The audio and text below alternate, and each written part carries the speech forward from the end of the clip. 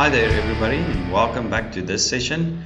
We're going to take a quick look at the for loop and just review everything about it that we've seen in this semester.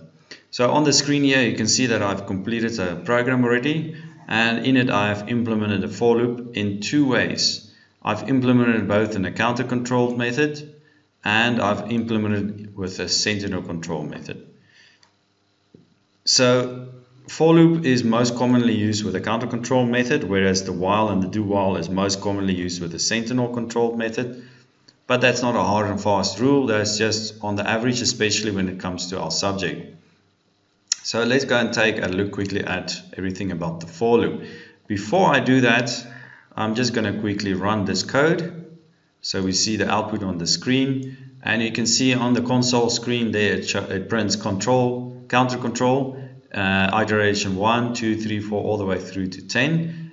A couple of spaces there, and then it says sentinel controlled, sum is equal to 0, enter a value. So if I type in 5, I hit enter.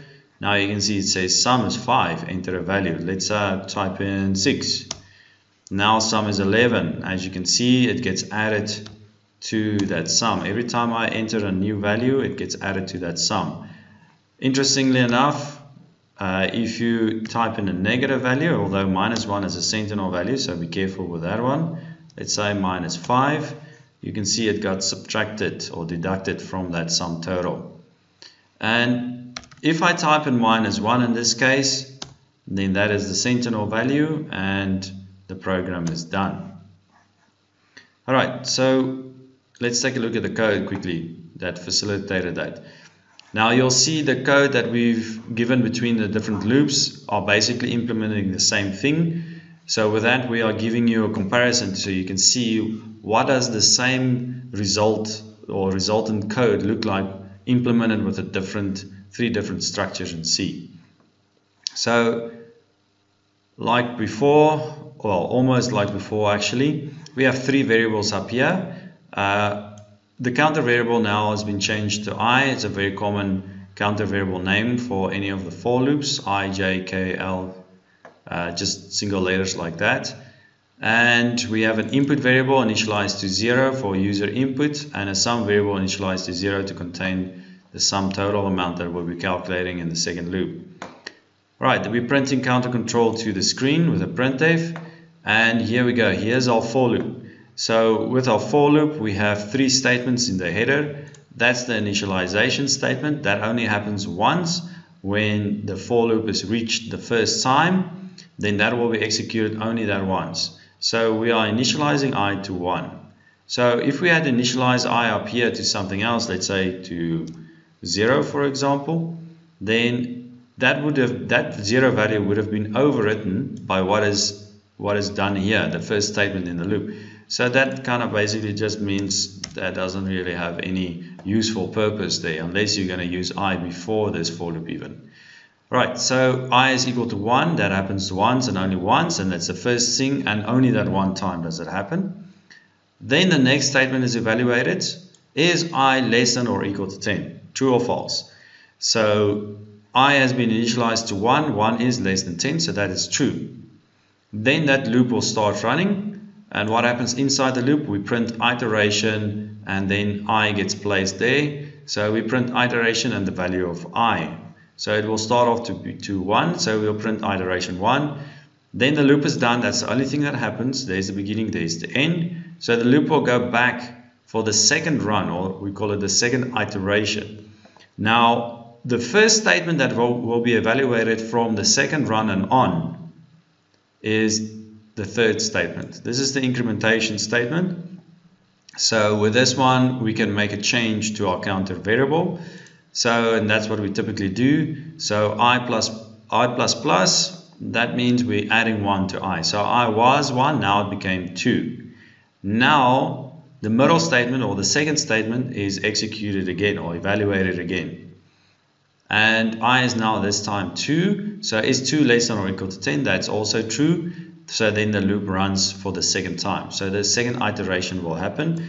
And in that loop run, we'll print iteration, and then I is 2, so we'll say iteration 2 to the screen. That's the end of the loop. The loop comes back once again, third statement. The incrementation statement is executed. So I++, that means we add another 1 to I, so I becomes 3 at this stage. Then we jump to the middle statement, that's evaluated. Is I less than or equal to 10? Well, I is 3. 3 is less than 10. So the loop runs a third time, it will print out iteration 3. And you can see it's going to keep on going like that for the fourth time, for the fifth time. It's going to keep on going. The loop run, the 10th one, it will print out iteration 10. Then it gets to the end, it jumps back. Now I will be incremented from 10 to 11. Then it reevaluates this center or middle statement. Is 11 less than or equal to 10? No, it's not. So at that moment it became false, and because that statement was evaluated to be false at that moment in time, the for loop will be abandoned or will be terminated basically. So your program execution will then jump over the for loop and continue with whatever is next after the for loop. Blank lines are always ignored, so line 20 is the next line to be executed by the code. And that's it. So that's what we should see on the screen, which I showed you in the beginning. It printed iteration 1, 2, 3, 4 all the way through to 10, and that was due to this counter-controlled for loop. So we're moving on in the code. Now we're getting to the sentinel controlled for loop. So the first thing we want to do here on line 20 is print sentinel control to the screen. And then we have once again our for loop. And there's the header of the for loop. Now this one looks a little bit funny. So we normally have 3 statements most of the times, because for loop is most of the times used in a counter control method. You will most of the time see 2 or 3 statements, usually 3 for our subject. So you'll see the first statement, the second, the middle, and the third or the last statement. Now here you can see something else is going on. There's no statement. There's no first statement. There's just a semicolon. Then there's a second statement or middle statement. So that's great. That's there. And then there's no third statement. Okay? There's nothing after the second semicolon. And remember, the semicolons just separate the statements. So if you compare it to up here, there's the first statement. There's a terminator for the first statement. There's the second statement. There's a terminator for the statement. There's the third statement. There is no semicolons terminator for that statement. It will be assumed to be over when you reach your right brackets, your right parenthesis brackets. So we don't put a semicolon like that. All right.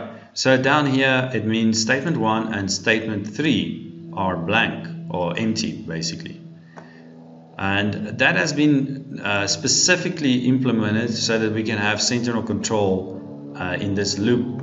So we basically just provide a middle statement, which is basically a loop continuation statement to make sure should the loop run or should it not run at the moment when that statement is evaluated. When does that statement get evaluated? Similar to a while, it will happen before the loop run. Okay, in that specific sequence. So when your loop gets reached the very first time, input is evaluated to see if it's not equals to -1. Now if we go up here, input is equal to 0. So the very first time this loop is reached, that will be true, because 0 is not equal to -1, that's true. And the loop will enter. Sum is 0, input is 0, it will add it together and sum remains 0. It will print out sum is 0, enter a value, and then we capture and store that value into the input variable. Then the loop is done, it goes back to the beginning, so it normally would execute that one. Well, there's nothing there to be executed, so it basically ignores it or jumps over it, and then it would run the middle statement. So if there's nothing there, you just basically have to create the semicolon for the first statement and make sure you put the semicolon for the middle statement with nothing after it, meaning it is a complete for loop, but we are omitting the first and the last statement because there's nothing to be done by that for loop header. Okay, so we started the second, or we're just about to start the second iteration of this loop. So input is compared to see if it's not -1, depending on what the user typed. So if the user typed in any value other than -1, that will be true here, and we'll enter the second loop. That input from the previous loop run will now be added to sum.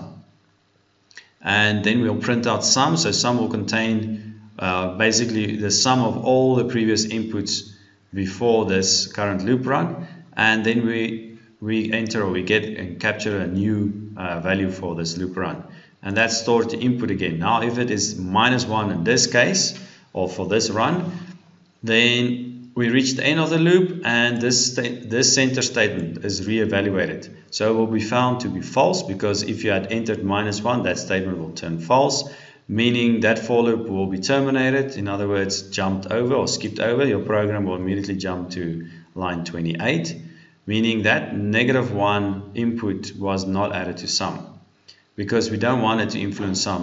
-1 is just a sentinel value. It's not actually a score or a value entered by the user for value's sake. Alright, and we're at the end of our program. Return 0 will terminate the main function and return 0. So that was it. So that's basically the for loop in a nutshell. And then I have a small exercise for you guys.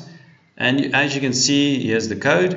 It's exactly the same as with a while and the do while, only this time I want you to implement it with a for loop.